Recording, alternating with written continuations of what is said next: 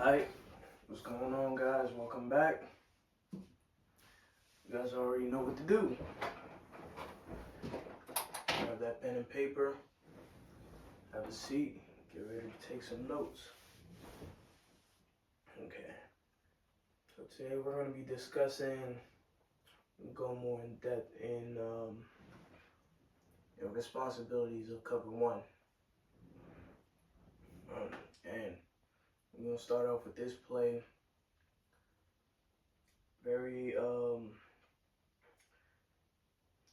I chose this play very intentionally so I could be able to break down the deeper depths of cover one.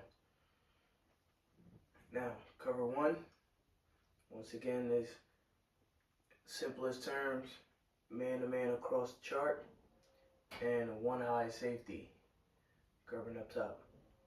Alright. Sometimes there's a cover one robber, which we'll get into later in this video. In this instance, there's cover one hole, which that means we're just gonna, one of these guys are gonna be a hole defender. So between these two guys, this is a banjo call. These two guys have the running back. So the banjo call means if he goes that way, this guy's got him, this guy's the hole defender. If he goes this way, this guy's got him, this guy becomes the hole defender. Now, coach, what exactly is the hole defender?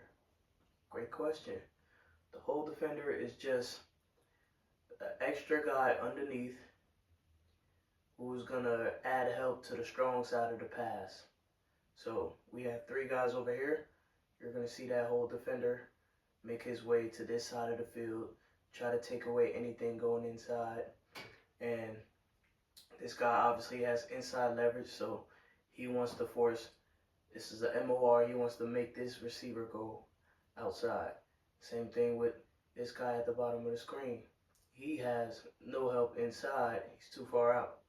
Alright, the only help inside are for these guys, the slot guys. Alright, so these are the reason why they're lined up in outside leverage.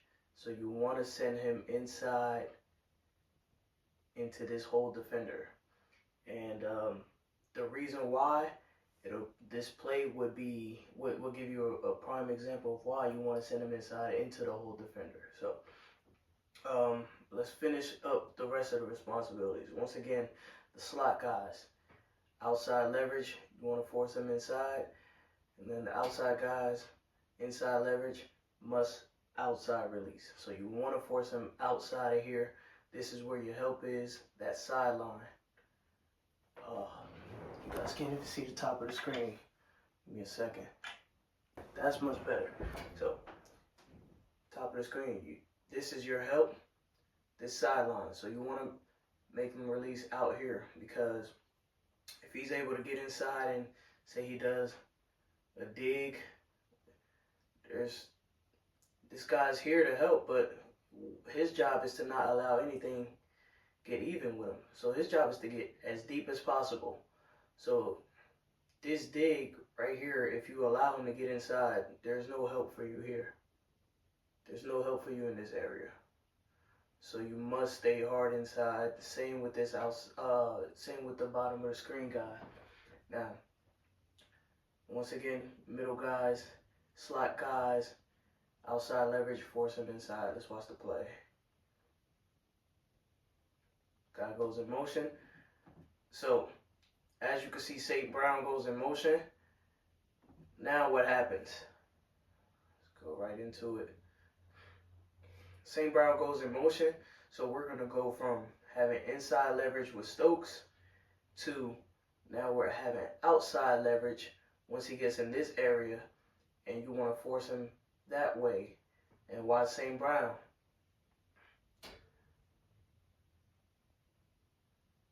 Hole defender takes away his route.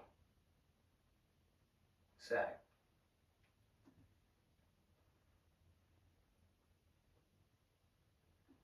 You see how Gibbs releases out there? So this guy is the man defender on the running back, and this guy becomes the hole defender, and immediately he turns his head to see what's the closest threat going inside. Closest threat, St. Brown. He takes that away, and Stokes is able to recover on that. Excellent play. Next play. Let's get into a different type of cover one. Same responsibilities. The only things that change here is the two linebackers. Right? There is no banjo call in this one. This is just straight man. There's straight assignments. All right. So Walker, he's the fireman. He's going. All right. So this guy, no matter what, he has this running back. No matter what.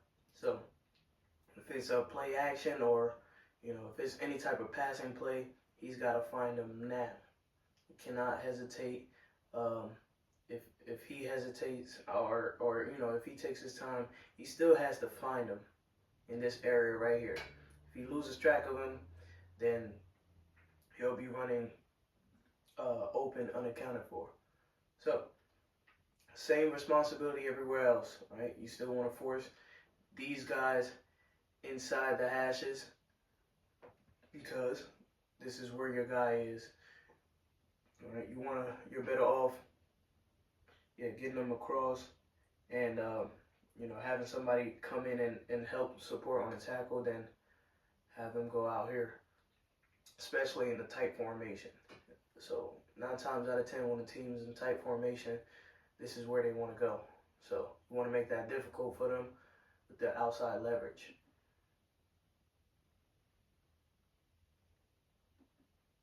Motions again, good inside leverage, and they go right to the out route. They wanted to get that first down. I believe they got it. Let's watch it again. Way to stay inside on St. Brown. Way to stay inside over here. Way to stay outside on St. Brown. So as you can see, top of the screen, he's inside leverage, but he gets beat inside, which is what you don't want right here. This is a big chunk completion right here. All right, but next play. All right, here's the next play. So this is simple coverage that they're calling. There's no twists and turns with the responsibilities. It's just whoever you're lined up against, that's who you have. And this guy's going to be the cover safety. All right, so he's going to be up top. And one of these guys, they're not actually bringing 5. I don't think they're bringing 5. So one of these guys will be responsible for Charbonnet, the running back. I believe it'll probably be that guy since he's on this side. So everybody else, hat on hat. Baker is the hole defender. He's already towards the strong side of the formation because once that ball is snapped, he needs to be in this area right here helping out on anything that's coming inside. So we'll see how it develops. So, hat on hat, you run with them. They actually do rush 5. Oh, no, they rush 4. This guy drops out, so he's got Charbonnet. And,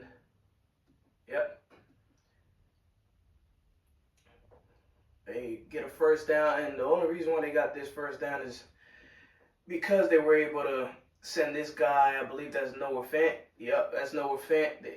Because they were able to send him in motion, and obviously he has to run through this. This is almost like a pick play, and can't get there in time for this throw. Great draw up. Poor execution. This is the reason why a lot of teams do not want, let me not say a lot of teams, I'll use one team specifically. The Philadelphia Eagles do not want guys running across the formation following a receiver. They want to just slide everybody over simultaneously so that they do not get caught out of position for exact plays like this. And, you know, if you allow these plays to happen over and over again on 3rd and 1, you know, you won't be able to get off the field. Let's look at one more. Let's try to find a robber, and we'll break down. All right, final look. This is the robber look that we were talking about earlier. So, same old hat on, right? And this guy, watch out for this guy. He's gonna pop out and take the nearest receiver. Fant is gonna go in motion, and he is going to become the nearest receiver, right? So, one thing about this specific design is because we want to show blitz and come out of it, you and everybody else aligned has to be very alert, because at any given time your assignment can switch with just a motion. Okay, so you have to be very alert. This guy, once again, is going to have the closest receiver, so if the ball was to be snapped right now, he would have to find Jackson Smith as soon as he backs out of it. All right, but Fant is going to go in motion, and he's going to have to find Fant. And this guy will be locked head on with him, pushing him inside, because we're not wide. So we're going to push him inside. If we were wide, we'll have him release outside. He's going to have the second guy, which is Jackson Smith. Baker is going to be the robber. Robber, once again, is still the same, almost the same as a whole. You still want to be to the strong side of the formation and take away anything going inside, just a little bit deeper than a whole defender. And he's going to be the single high safety. He's basically showing his help to the lone receiver. And we'll see it break down. This guy, you're going to see this guy, you know, basically be in no man's land because he's matched up with the running back. The running back doesn't release. Once again, if the running back doesn't release, you got a couple of options. You can be a spy. You can be, you know, another zone. You can find the nearest guy and, you know, take his route away, or you can blitz. You know, all depending on what your team allows. So now we see the motion, and ball snap, and you can see everything break down. So this guy picks up on Fant. This guy becomes the robber. This guy inside, outside leverage, forcing him inside. Same thing up top, and deep defender. Now what it helps is that this running back doesn't release, so he can kind of get in the passing lane here for this lone receiver for anything underneath. And, you know, even though he doesn't actually get into the passing lane, he contributes to breaking that pass away. Let's go back and watch it again. So as the play goes, you literally have to be able to find your man. You know, you can't think twice, because now we're in action. So this guy knows that once this ball is snapped, I gotta find the nearest receiver from this line and cover him. See how his head turns? He sees Jackson Smith. He sees another guy. Says, "All right, this guy's my guy." All right, Budda Baker. He doesn't move forward or back up until about maybe 2 seconds into the snap. This guy's just keeping his outside leverage, stemming outside, making sure Smith goes across this way, goes across his face. Same thing with this guy at the bottom of the screen. And this is how you play cover one robber. Alright guys, let me know what you guys think. Let me know what you want to see next. And I'll have it for you. As always, peace.